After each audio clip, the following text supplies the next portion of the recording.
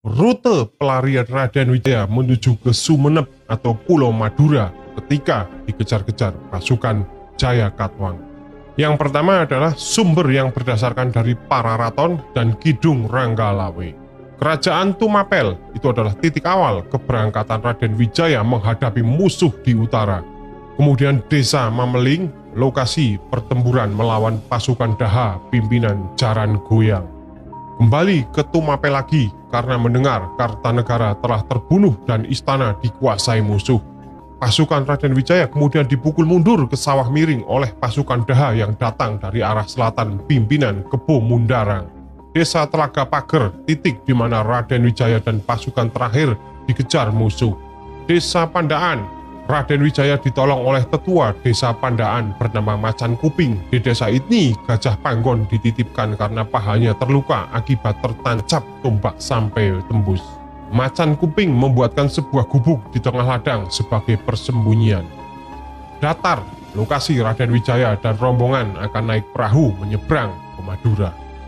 Yang kedua, bersumber dari Prasasti Gudadu 1293. Keraton Tumapel, titik awal keberangkatan pasukan Raden Wijaya menuju utara.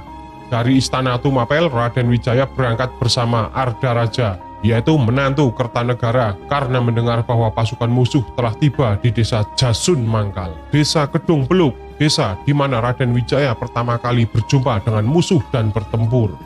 Desa Lembah dan Batang, lokasi perjalanan Raden Wijaya dan rombongan tanpa berjumpa musuh.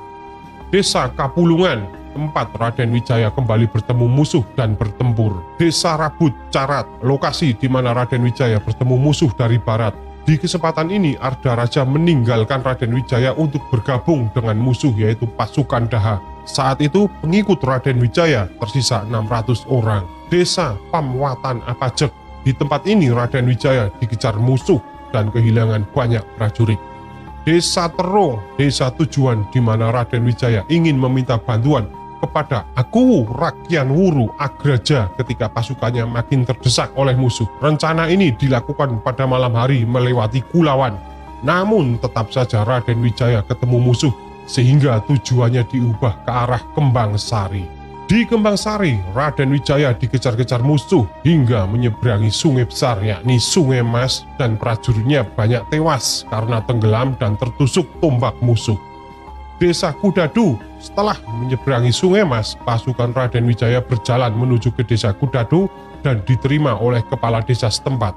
Kepala desa Kudadu kemudian membantu Raden Wijaya mengantarkan menyeberang menuju Pulau Madura melewati Rembang.